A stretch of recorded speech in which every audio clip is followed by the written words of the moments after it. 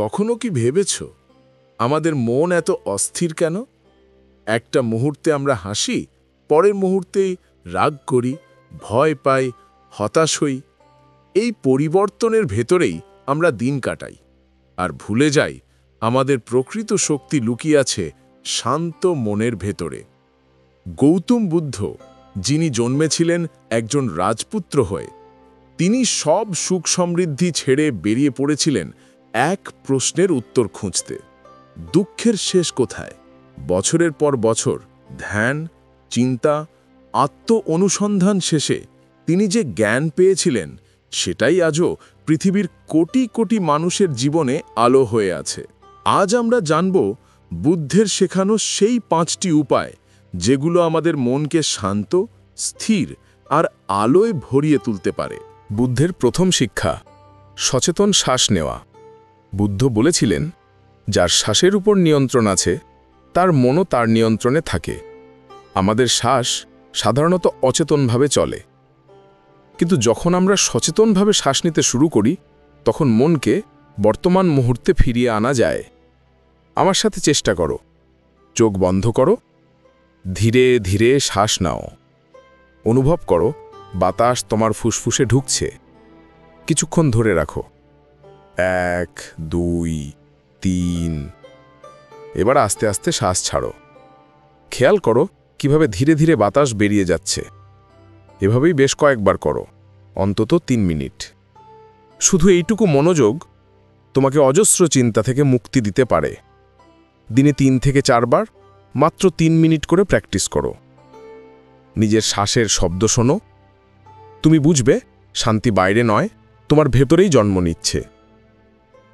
মন কিছুটা ভালো লাগলে ভিডিওটা অবশ্যই লাইক করো।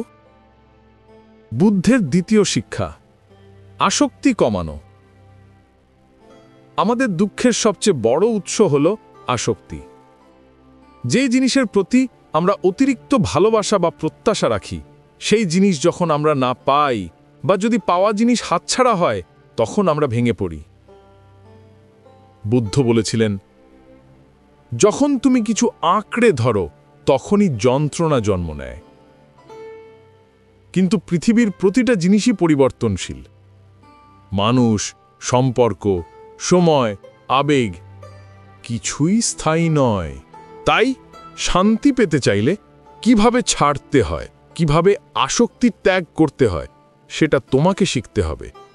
এর কোনো নির্দিষ্ট সূত্র নেই।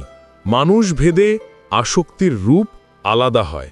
মনে রাখো একটা কথা, ছাড়ার মানে ভুলে যাওয়া নয়, ছাড়ার মানে হলো পরিবর্তনই জীবনের নিয়ম, এটাই মেনে নেওয়া। যেমন নদীর জল এক জায়গায় দাঁড়িয়ে থাকে না, তেমনি আমাদের অনুভূতিও প্রবাহিত হয়। তাকে আঁকড়ে ধরে আটকাতে যেও না, প্রবাহিত হতে দাও। যখন তুমি জীবনকে এইভাবে দেখতে শিখবে, তখন ক্ষতির ভেতরেও শান্তি খুঁজে পাবে। বুদ্ধের তৃতীয় শিক্ষা, করুণা ও সহানুভূতি। একটা দয়ালু মন কখনো অস্থির হয় না। বুদ্ধ বহুবার বলেছেন, অন্যকে ভালোবাসো, কারণ যখন তুমি অন্যকে ভালোবাসো, তখন নিজের মনও পবিত্র হয়ে ওঠে। আমরা অনেক সময় রাগে, বিরক্তিতে বা অভিমানে ভরে যাই, কিন্তু যদি আমরা অন্যের কষ্টটা একটু বুঝতে পারি, তাহলে রাগটা মমতায় বদলে যায়। পরের প্রতি করুণা মানে তুমি তাদের কষ্টকে উপলব্ধি করছো, তাদের প্রতি তোমার হৃদয় খোলা রাখছো। আর আশ্চর্যের বিষয় হলো, যখন তুমি অন্যকে ক্ষমা করো বা সহানুভূতি দেখাও, তখন তোমার নিজের মনও হালকা হয়ে যায়। তাই আজই একটা ছোট্ট কাজ করো। কাউকে একটা ভালো কথা বলো, কারো পাশে দাঁড়াও, একটা হাসি দাও। এই ছোট ছোট কাজই তোমার মনকে আলোকিত করবে। বুদ্ধের চতুর্থ শিক্ষা, বর্তমান মুহূর্তে থাকা। আমরা বেশিরভাগ সময় অতীত বা ভবিষ্যতের মধ্যে হারিয়ে যাই। অতীতের ভুলে আফসোস করি, ভবিষ্যতের ভয় নিয়ে দুশ্চিন্তা করি। কিন্তু বুদ্ধ বলেছিলেন, শান্তি খুঁজে পেতে হলে বর্তমান মুহূর্তে বাঁচো।